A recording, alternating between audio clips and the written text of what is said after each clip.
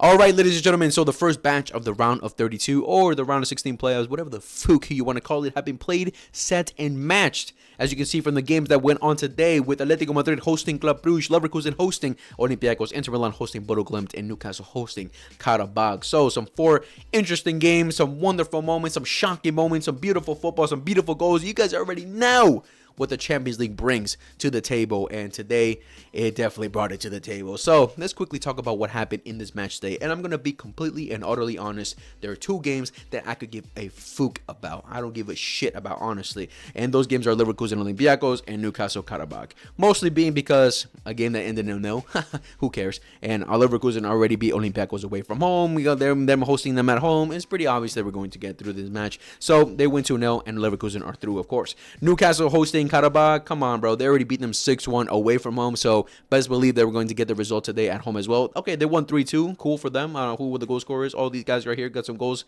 in their Champions League campaign. All right, cool for them. Beautiful. But it was pretty obvious that Newcastle, again, were going to get through. There's just no way Karabakh was going to make the comeback. So the 2 games I really want to emphasize are the Atletico Madrid 4-1 win over Club Brugge and Inter Milan loss to Bodo Glimt. I'm thinking these are the 2 main games that a lot of people were keeping their eyes on. Let's start off with Atletico Madrid versus Club Brugge. This is actually the game that I watched live. I actually streamed the game and, watched it throughout because I was thinking to myself, maybe, just maybe, Club Brugge got something in their locker for me today. I watched the first leg, the 3-3 tie, and it was a great game. A really back and forth game. Club Brugge definitely had their moments. Atletico Madrid had their moments, just like in this game. And I was expecting Club Brugge to go away because they can show that they're a resilient team. They can definitely do their thing. So I was expecting them to do their thing today, but unfortunately for them, it did not work out. That first half, I would definitely say it was a well contested game. I thought both teams did pretty well for their standards of attacking each other, defensively wise.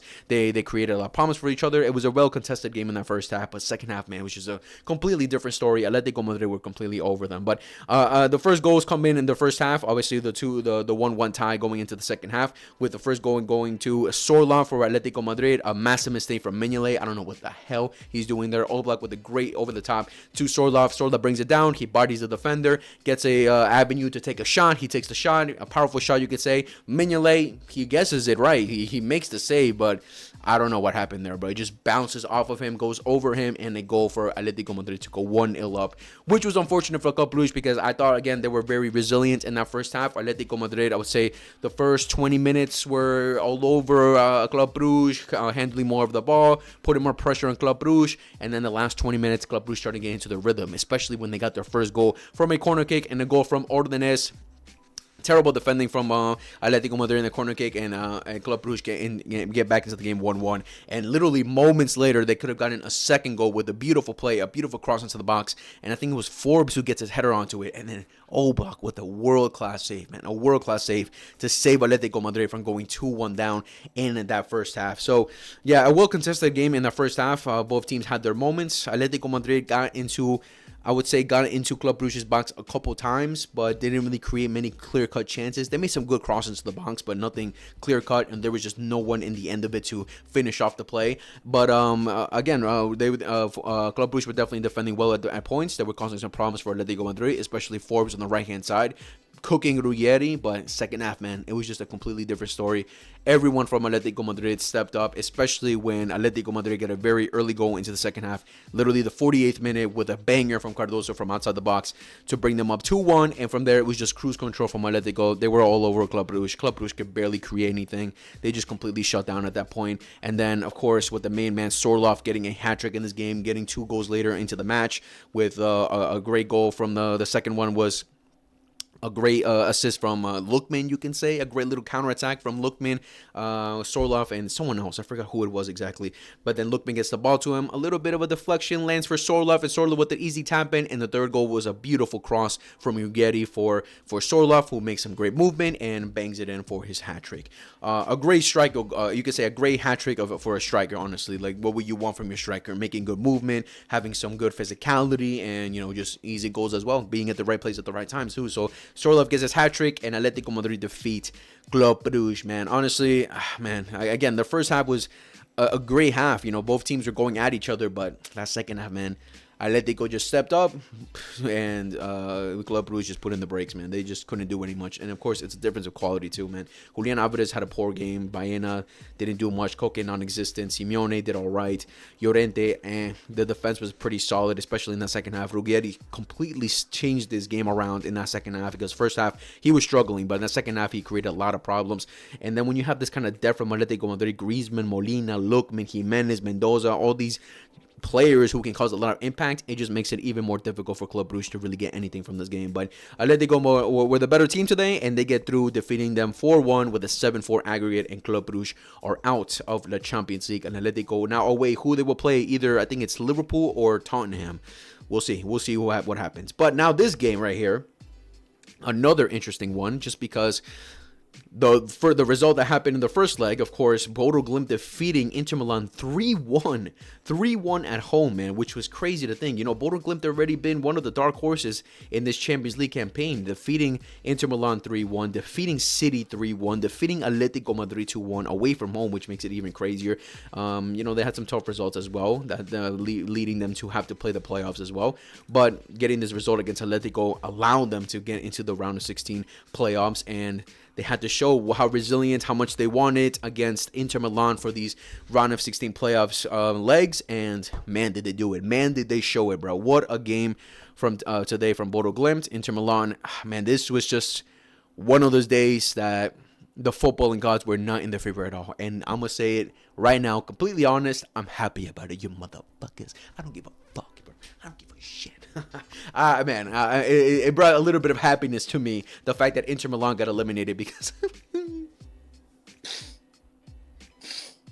because of course what happened last season. So embarrassing from Inter Milan, really, like they came from a Champions League final last season where we could probably say the most embarrassing Champions League final from a team, a display from a team in history, and now being eliminated in the round of 16 playoffs by Bodo fucking Glimt. And if I'm not mistaken, this is Bodo Glimt's first ever Champions League campaign. Insane. And they get eliminated by Bodo Glimt, man. That's honestly magical, beautiful, a beautiful storyline for Bodo Glimt right there, honestly, because hey, this is what we love to see, you know, the dark horses. You know, we'll see if Bodo Glimt are going to be those dark horses, because I would prefer dark horses more to be, yes, beating the big teams, but also how far they can get in the actual Champions League when the actual knockout rounds, because this is a petty knockout rounds. Now we're getting to the actual knockout rounds. If they get to the quarterfinals, amazing. If they get to the semifinals, wow, that would be crazy. You know, every year we get some type of team that gets, you know, pretty far when no one expected them to, and we'll see if Bodo Glimt become that team. But today, again, it was just not a day for Inter Milan. They had multiple chances, especially in that first half. DeMarco causing a lot of problems. Look at his heat, man. He was creating a lot of danger, putting in a lot of crosses. But man, the amount of chances that Inter Milan missed, especially in that first half, was just showing you. And if I was an Inter Milan fan, I'd be very worried, because I'm gonna be honest, I thought Inter were gonna make the comeback this game. You know, they're playing at home, they have the quality, they have the team, they tend to make comebacks when they need to. You know, they're a very resilient team. And I thought Bodo Glimt were going to, you know, feel the pressure and just not be able to handle the lead, not be able to hold the lead. But I really should have shut my mouth and look at the history of Bodo Glimt already in this Champions League campaign, going away to Atletico Madrid. We all know how tough that is. You know, it's a very difficult ground to go to, and they got a result there. So if anyone's doubting their mentality of, having the head and the mentality to go into these type of games, clearly we can't doubt them, because they already done it twice, going away to Inter Milan and now going away to Atletico Madrid. So, you know, props to Bodo Glimt. But yeah, that first half, the amount of chances Inter Milan missed was very worrying. I'd be very worried if I was an Inter Milan fan. And then that second half, man, hey, mistakes can cost you heavily. Like Akanji made for the first goal for Bodo Glimt, scored by Hugh. I'm so bad at pronouncing the name. Hugh. I don't know how to pronounce it, but I don't know what the hell Akanji was thinking in his head. I don't know what he was doing. He tries to drive the ball through the middle, going straight at two Bodo Glimt players. He gets put under pressure. He tries to pass it backwards. He mishits it, and then the Bodo Glimt just capitalized on it, man. It was honestly embarrassing. I don't know what Akanji was doing there. It was a massive mistake from Akanji that allowed Bodo Glimt to go 1-0 up. I forgot who shot the ball. Sommer makes a save, and then it lands for Houch to just tap it in for the first goal, and 1-0 for Bodo Glimt. And you're just thinking to yourself, wow, How have Inter just thrown it away like that? How is Akanji throwing it away like that? And the most embarrassing part about Akanji giving it away like that is his reaction after doing that, blaming his other players around him, blaming his midfielders for not dropping deep to help him out. I'm like, bro, you had two players to your right or to your left. Could have passed it back easily to your goalkeeper, whoever. There was players around you. There was no need for you to drive it through the middle like that and lose it in that kind of manner. You just fucked your own team. That's your fault. So Akanji, don't blame anyone but yourself, honestly. But a massive mistake from Inter Milan to give the lead to Bodo Glimt, and at that point, it's 4-1 aggregate. You're thinking to yourself, it's impossible at that point. It happened around the 58th minute, so still time to make the comeback. But then in the 72nd minute, oh my God, bro, that goal was amazing. That goal was beautiful, bro. That goal was sensational. I'm sorry, I don't know his name. A beautiful cross into the box, a perfectly cross, not into the box, just a perfect cross to Evgen. I don't know his name, but he takes a beautiful touch to set himself up perfectly to hit it past Sommer into the bottom left corner and goal 2-0 for Bodo Glimt. Wow, that was a beautiful goal, man. A beautiful cross, a beautiful control, and then just a beautiful finish, man. The beauty of football was exemplified in that goal, man. That was beautiful, man. Such a beautiful goal from Bodo Glimt to bring them up 2-1. Later into the match, around the 76th minute, Bastoni, literally 4 minutes later, Bastoni responds with the goal himself from a corner kick that goes everywhere. Bastoni gets onto it, he hits it into the goal, and the goalkeeper catches it, but he catches it behind the line. So 2-1. All right, let's go Bastoni. Oh, look, they're gonna make the comeback. But at that point, Bodo Glimt were resilient. They were defending well. Again, Inter Milan had their chances. They didn't take them, and Bodo Glimt are through to the round of 16 of the Champions League. Wow. This is fucking beautiful, man. This is things you love to see, man. This is just things you love to see. Now the Bodo Glimt have to wait if they'll get either Cité or Sporting. So hopefully they get Sporting, man. Hopefully they get Sporting, because I want to see these guys go far, man. I want to see how far they can get. Really, honestly, some beautiful football from Bodo Glimt. They've shown it over two legs, not only against Inter Milan, but the teams, even the big European teams like City and Atletico Madrid. These guys are showing that they could be a dark horse, and honestly, we'll see how far they can get. But that's beautiful, man. Beautiful storyline for them that they've defeated one of the big giants of Europe with Inter Milan in their first ever Champions League campaign. So beautiful for them, beautiful for Bodo Glimt. And now, guys, we await tomorrow to see what the results will be for this side of the bracket right here.